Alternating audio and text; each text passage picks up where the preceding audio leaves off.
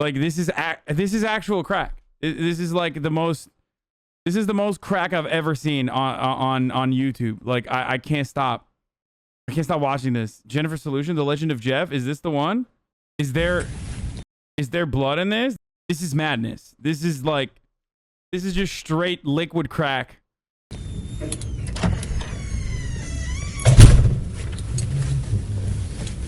Am I under arrest? For now. I'm under arrest? Yeah, I'll explain everything, but before I explain myself to you, before we talk to each other, I need to read your rights, okay? What am I under arrest for? Well, like I said, I need to read your rights first. Obviously, the charge is robbery, okay? Yeah, I'll explain everything. I'm under arrest for robbery? You are, but let me read your rights real quick, okay? And then I'll explain it all to you. Is that okay? Let me do that real fast? All right, Jeff. Can you read with me? Just read in your head, okay? Before we ask you any questions, you must understand what your rights are. You have the right to remain silent. Anything you say can will be used against you in the court of law. Does that make sense? You've probably heard these before, haven't you? Does that make sense? Do you understand your rights? Why is he pausing? Do you understand your rights, Jeff? Yes or no? You understand? Do you understand what I read to you? Do you comprehend what I read What the fuck? to you?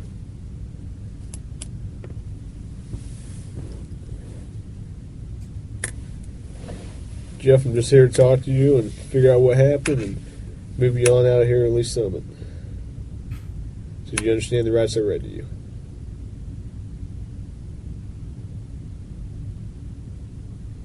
Wait, this motherfucker said you had the right to remain silent, and he was like, that's it. Don't need anything else. What the fuck, dude? This is crazy. This is like, is he just gonna do that? He's just gonna turn it off? What the fuck is happening, dude? It's a robbery lacking drama. I don't know, man. This guy seems fucking crazy. So he needs him to understand the rights to continue legally. If you got something that says you didn't do this robbery, this is your chance to talk to us. Okay, good cop. No, usually I'm the prick. You look like the prick. This is Jeff. Jeff is a heroin addict and has been for the last 14 years. He is 6'5", weighs 153 pounds, and has now found himself in the unfortunate circumstance of being charged with armed robbery. This is in the state of Georgia, so if found guilty, they will render him the minimum term of 10 years without parole, up to the maximum term of life in prison. Jeff has been through the system multiple times over, and he will know that if indeed found guilty, his sentence will be considerably longer than the minimum 10 years due to his previous convictions. Jeff, do you understand your rights? Yes or no? I'm not asking if you want to talk to me at this point. I just want to know, do you understand what I read to you? So am I under arrest? Yes, you're under arrest. I'm getting back to the cell. I don't talk to you motherfuckers. Okay, fair enough. Damn. You want a Coke? Yeah. You gonna be able to pop it open, or you need me to? Jeff has become somewhat of a cult figure in the domain of interrogation footage. His recognition seems to have grown through his own popularity, as opposed to the notoriety of his crimes like most others. Conveying the exact reasoning behind this can be tricky, as the interest in this character will no doubt vary by the individual. Yet we've found the most collective reason can be explained through a single pop culture reference: the anti-hero. While the concept is timeless, the actual term was created through the realm of modern cinema. There's a diverse number of characters passing through the decades that fit the criteria. Yet perhaps the most textbook example could be the protagonist from the 2003 feature Bad Santa, a middle-aged man simply known as Willie. This is a character that lies, cheats, steals, swears at children, drinks an inconceivable amount of alcohol, and is generally extremely unpleasant to every single person he comes across. Look who's here, Jimmy. It's Santa. Oh, fucking great. Let's tell him what you want for Christmas.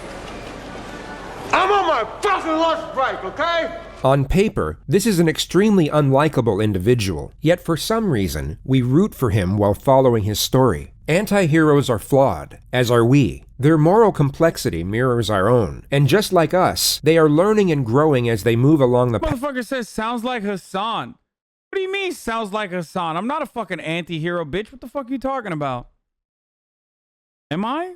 Am I overall unlikable? Path What of the life. fuck? Their mistakes make us think of our mistakes, and perhaps the reason we root for their redemption is the reflection of ourselves rooting for our own. So you might be curious about the contrast between the anti-hero and the villain. One we embrace and relate to, while the other we despise and detach from. Both are driven by selfish motivations, yet our emotional response differs between them. The reason for this, while not necessarily obvious, is a relatively simple formula. The anti-hero must have a glimmer of humanity, alongside a noticeable vulnerability. This is what allows the viewer to truly connect with the character. It allows us to forgive them when they are unethical, but admire them when they are noble. It allows them to be angry, cowardly, and greedy, but also cheerful, brave, and empathetic. Who the fuck is Thurman? Is that you? Is your name Thurman? Yeah, Thurman Merman? yeah. Jesus.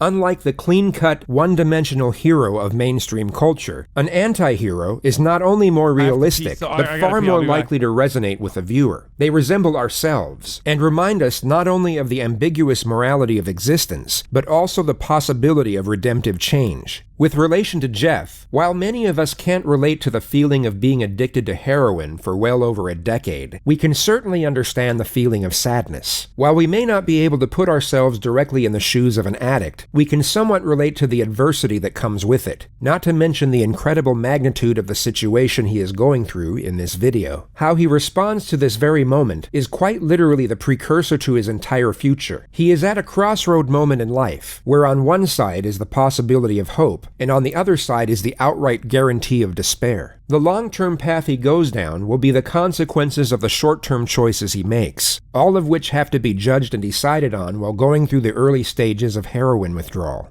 I need methadone. You need methadone? Yeah, you guys can get me that methadone or what? I don't have any. Do you have medication for it, or a prescription for it? Or? No. What do you need methadone for? Because I'm a fucking junkie and you guys, I can't get no methadone. I'm gonna go through withdrawal here in a minute. Where do you usually get your methadone from? Wait, I gotta see his actions again. I'm sorry. I'm gonna rewind this. Okay, I have to see all of Can't Jeff. relate to the feeling of being addicted to heroin for well over a decade. We can certainly understand the feeling of sadness. While we may not be able to put ourselves directly in the shoes of an addict, we can somewhat relate to the adversity that comes with it, not to mention the incredible magnitude of the situation he is going through in this video. How he responds to this very moment is quite literally the precursor to his entire future. He is at a crossroad moment in life, where on one side is the possibility of hope, and on the other side is the outright guarantee of despair. The long-term path he goes down will be the consequences of the short-term choices he makes, all of which have to be judged and decided on while going through the early stages of heroin withdrawal. I need methadone. You need methadone? Yeah, you guys can get me that methadone or what? I don't have any. Do you have medication for it, or a prescription for it? Or? No. What do you need methadone for? Asking a fucking heroin addict who's currently in jail already whether he has a prescription for methadone is incredible. 10-10, dude. Very good police work right there. Yeah, dude. Let him just pull his prescription out of his asshole for fucking methadone, dude. Because I'm a fucking junkie and you guys... Oh, yeah, he's like literally... No methadone. I'm gonna go through withdrawal here in a minute. Where do you usually get your methadone from? I don't get it. I get heroin. How long you been using heroin? Long time, buddy.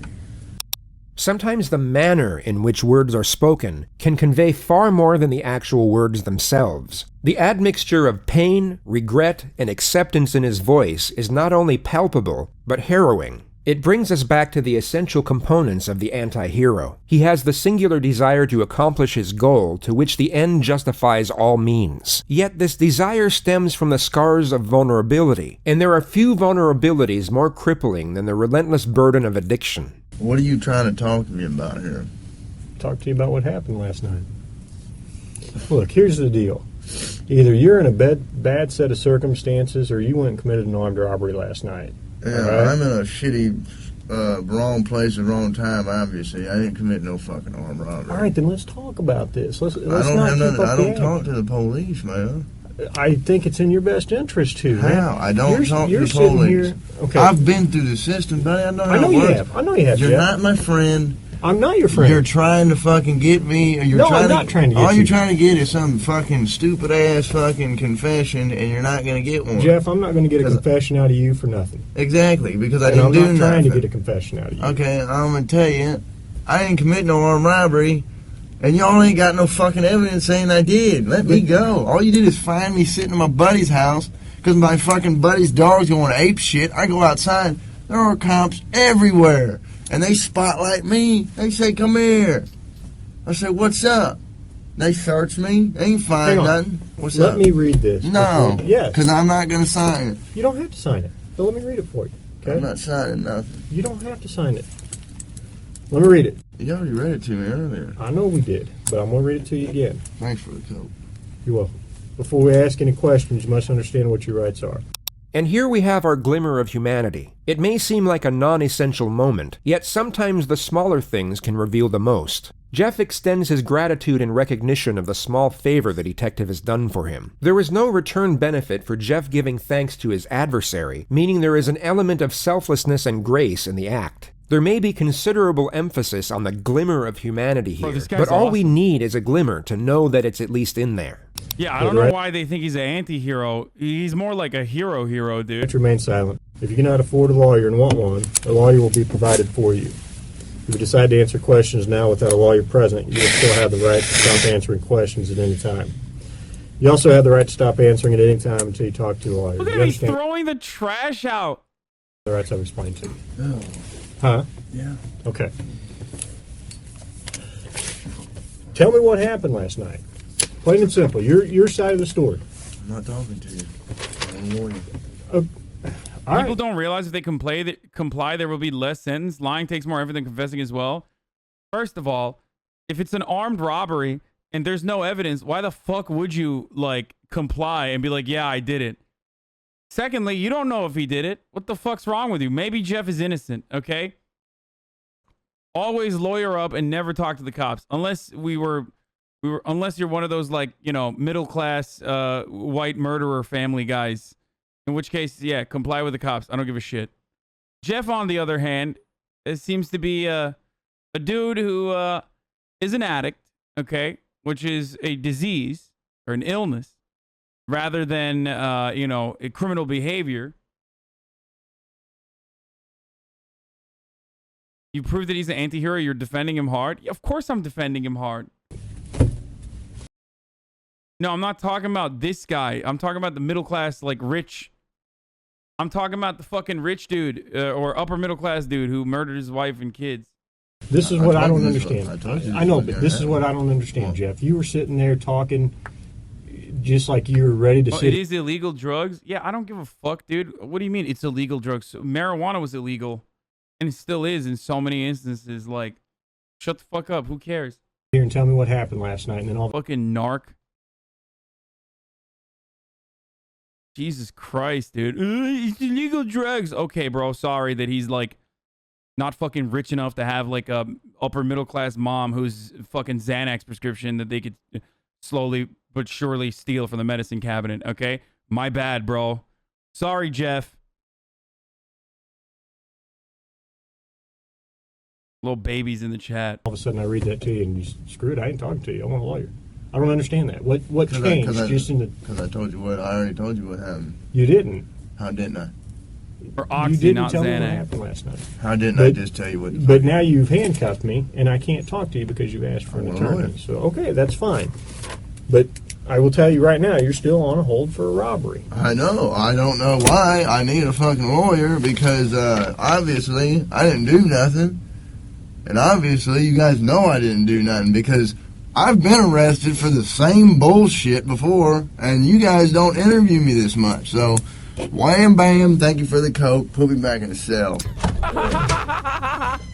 He's fucking awesome, dude. What the fuck? All right. I know we did this twice, but I got to do it again every time, okay? Before I ask you any questions, I got to read your rights. You understand that? Okay. Go ahead and sign there. They're trying to break him down. Hey, stay strong, I'm not Jeff. signing nothing. Stay strong. You don't have to sign anything. You understand your rights, though. Also, chat can stay strong by subscribing because at the top of the hour, there's a 60-second ad break coming up. And if you no longer want to see those ads, you want an ad-free broadcasting experience, you can subscribe for free with a Twitch Prime. Okay, that transition wasn't that good. It wasn't that good. It wasn't that good. It wasn't that good. I'll admit, that wasn't my best. Okay? I am doing what is known as a top of the hour technique. By the way, it's crazy how quickly time is passing. Like, it's crazy how quickly time is passing. Like, I feel like I just did that, like, literally 10 minutes ago. These videos are straight up crack. Anyway, if you'd like to no longer see the ads, you can subscribe with the Twitch Prime for free or with a $5 sub. Here's the ad break now. Boys. There it is, boys. All right. That's all I need. A verbal yes? Yeah. Okay. When's this coat gonna be here? Or is that just a fairy tale? It's coming. He's getting it right now. He'll be here in about 2 minutes. Just to watch the soda machine. It tastes good. Mm-hmm.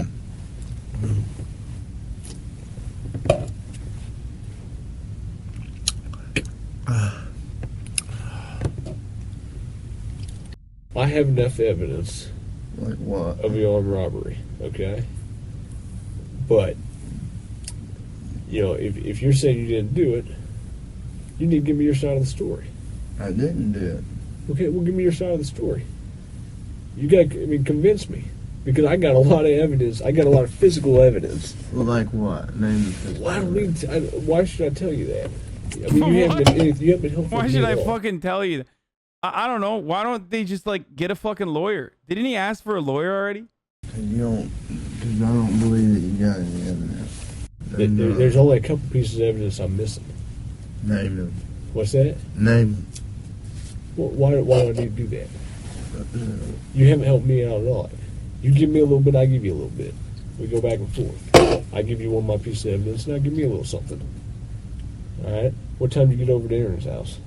The detective downplayed the magnitude of the question to a considerable degree. He stated that it was a little something, when in reality, establishing a timeline alongside a destination can be a crucial and sometimes decisive piece of evidence. If the suspect locks himself into a specific place at a specific time, it can be used to refute a multitude of amendments he might come up with at a later stage. A single piece of admission such as this essentially has a butterfly effect on a suspect's leverage in a case, and although seemingly insignificant, this was a He's going through withdrawals right now.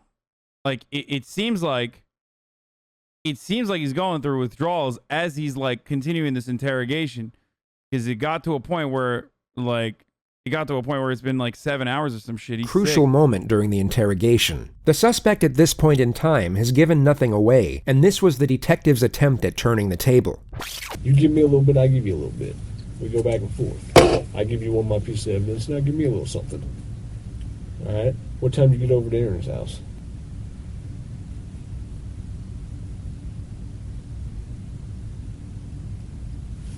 No, anything I say here can and will be used against me. Sure, but anything you say here, I can also tell your parole officer that you helped me out.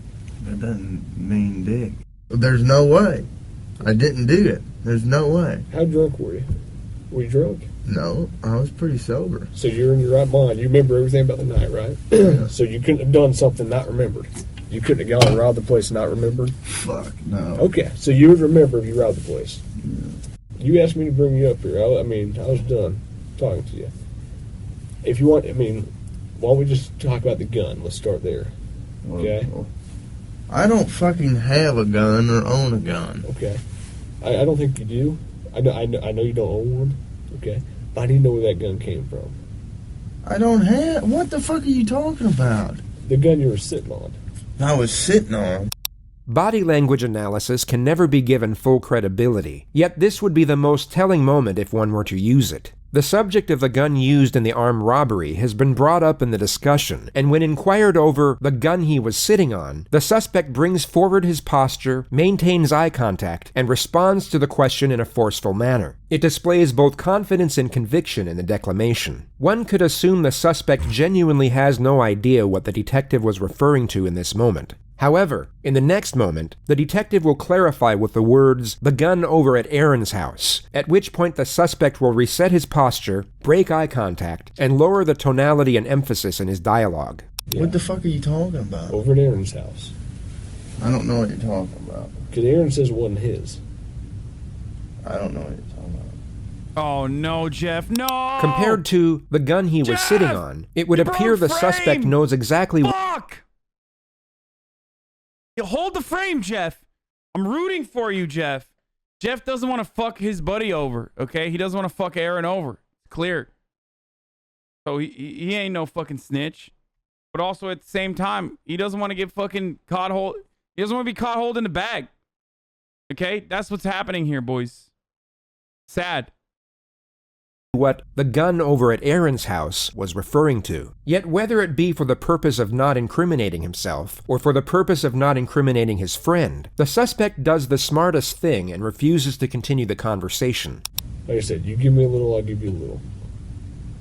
Alright? I got a lot more I can tell you about the whole thing. But you gotta help me out too. This entire thing should be thrown away. I feel like he already asked for a lawyer. Like, you can't, like, it's crazy. He asked for a lawyer already, and they just did not fucking provide him with a lawyer. That's wild. Possibly because he is a heroin addict and most likely poor. So they don't give a fuck, and they're just rolling over because they're rolling over him and his demands. Because, again, what's he gonna do, bro? Go to the fucking media?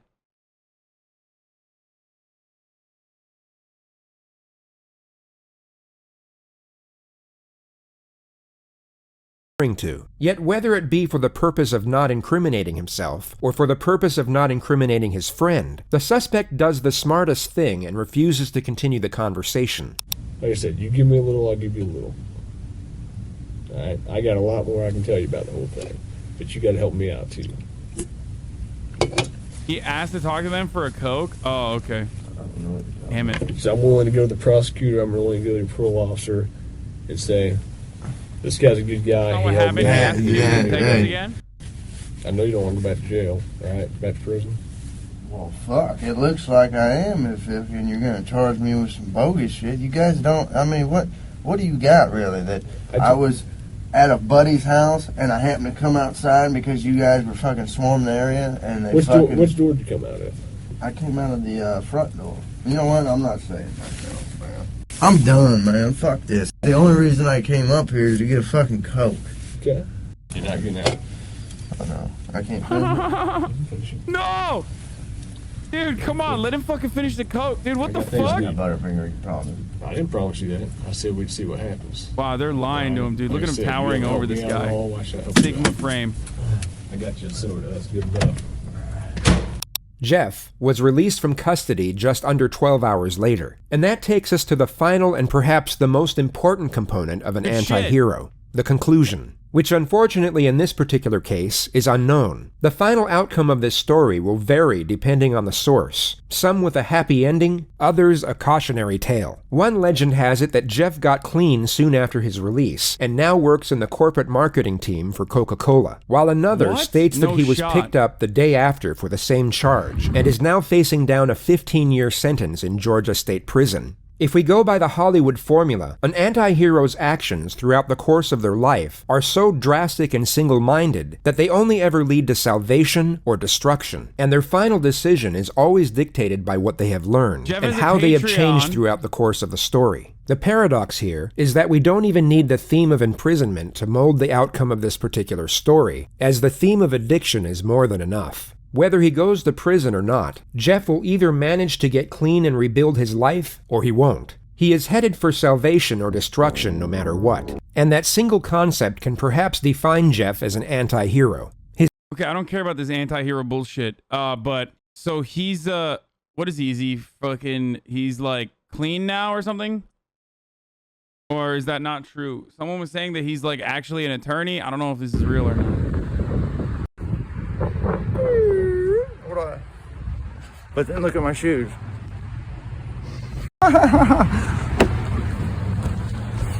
Just showing up unannounced to the prosecutor's office because the note basically said, due to COVID-19 pandemic and complications that could arise, I shouldn't have to show up.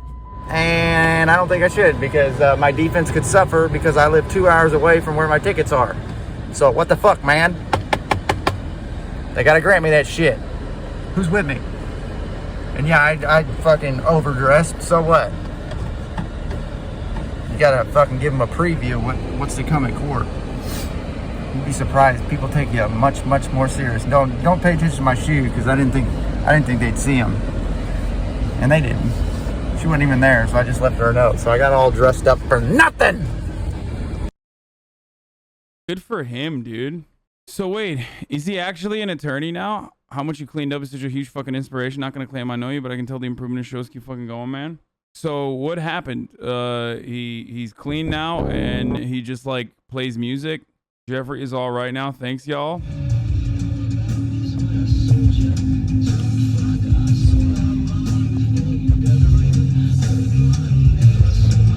That's my lawyer, dog. I'm going to jail.